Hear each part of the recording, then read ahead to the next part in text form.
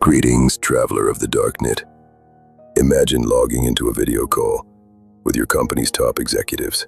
They greet you by name, they look real, they give you direct orders. But what if none of them were real? This isn't science fiction. This happened. $25 million vanished into the shadows of synthetic reality. And today, I'll tell you exactly how it went down. It started with a routine video conference.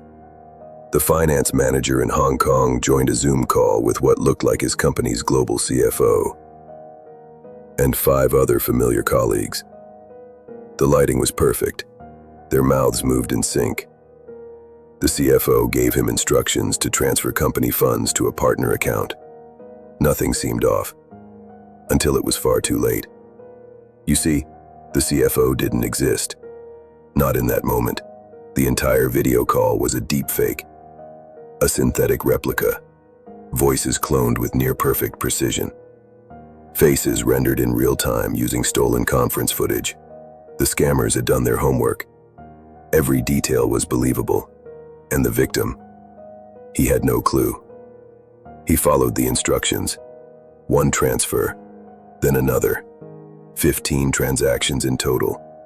Over $25 million moved in silence. No red flags from the bank. No suspicion from the staff. Just a man, staring at his screen, thinking he was doing his job, not realizing he was part of the most advanced social engineering attack to date.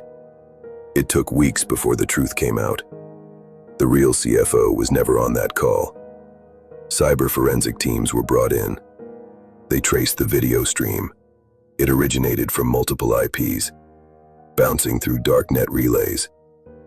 And the deepfake software. It wasn't some off-the-shelf AI.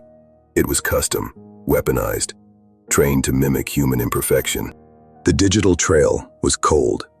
The attackers used chain proxies, obfuscated wallets, and privacy coins. Every step of the attack was rehearsed, from voice model training to spoofed Zoom domains. Even the CFO's digital signature was forged. Whoever did this wasn't a bored teenager in a hoodie. This was surgical, government grade.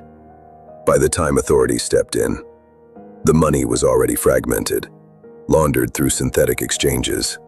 Parts of it landed in Dubai, others across anonymous wallets tied to Eastern Europe. And the face of the attack? No trace.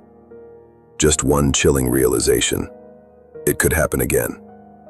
And next time, it could be you. The finance officer never returned to work. His name was cleared. But the damage was irreversible. Emails leaked. His photo made headlines. To the public, he was the man who let it happen. But the truth? He was just the first casualty of a new kind of war. In the shadows of the internet, a new predator was born. One that doesn't break into banks, but walks right through the front door with a fake face and a perfect voice. No guns, no ransomware, just deception, data, and deepfakes. This isn't the future. This is now. If your boss called you tomorrow and asked for a wire transfer, would you trust the face on your screen? Or would you ask one simple question? Are you real? Stay sharp. Stay encrypted. I'm watching, always. And this case was far from the only one. March 2022. War in Ukraine was raging. Ukrainian officials received a formal video call request from the UK's Secretary of Defense, or so they thought. The man on screen looked right. The voice sounded familiar. The setting almost perfect, but something felt off. The questions were strange. Can Ukraine develop nuclear weapons? How far will NATO go?